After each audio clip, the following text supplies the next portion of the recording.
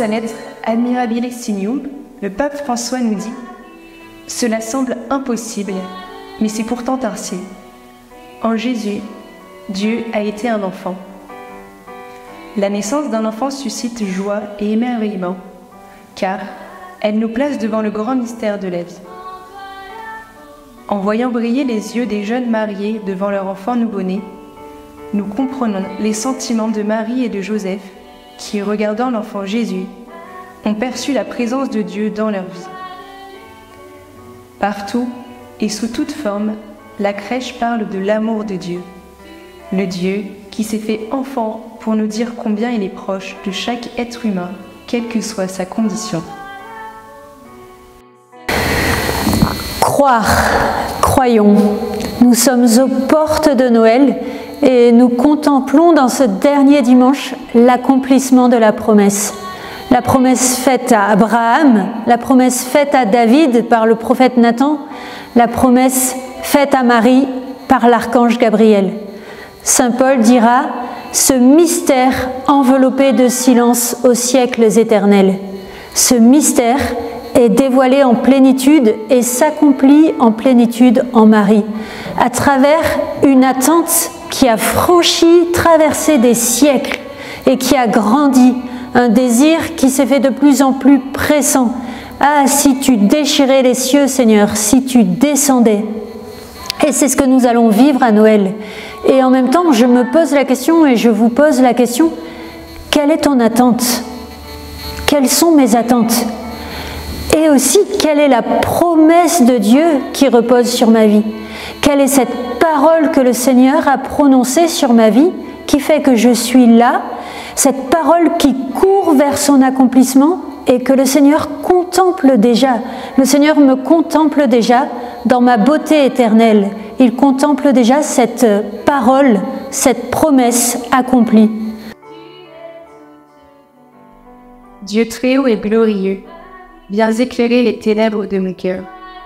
Donne-moi une foi droite, une espérance solide, une charité parfaite. Donne-moi de sentir et de connaître, afin que je puisse l'accomplir. Ta volonté sainte, qui ne saurait m'égaler. Saint François va passer au début de sa conversion des heures à supplier le Seigneur pour connaître sa volonté.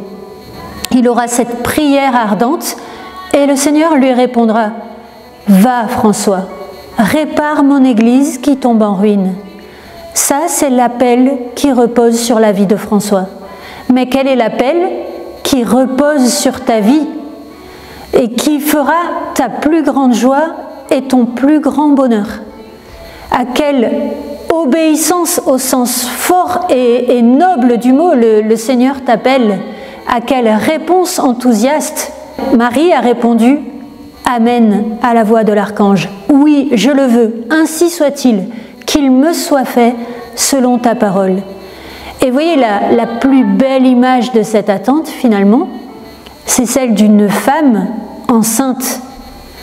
Marie est enceinte, elle est aux portes de cet accouchement, de cette délivrance, elle va enfanter le Sauveur. Et cette attente, on dit d'une femme qu'elle attend un enfant, nous dit le mystère de la foi, le déjà là et le pas encore de la foi. Marie porte déjà l'enfant Jésus et elle va le donner au monde. Est-ce que la parole de Dieu va bouleverser ma vie comme la naissance d'un enfant, comme elle a bouleversé la vie de Marie? Est-ce que cette écoute que j'ai de la parole, est-ce que cette attente de ce Noël qui vient, parce qu'aujourd'hui cette parole veut s'incarner en moi, Jésus veut venir en moi, va bouleverser, changer, transformer ma vie, comme elle a transformé celle d'Abraham, de David, de Marie, de François et de tant d'autres. À nous de jouer. Croyons.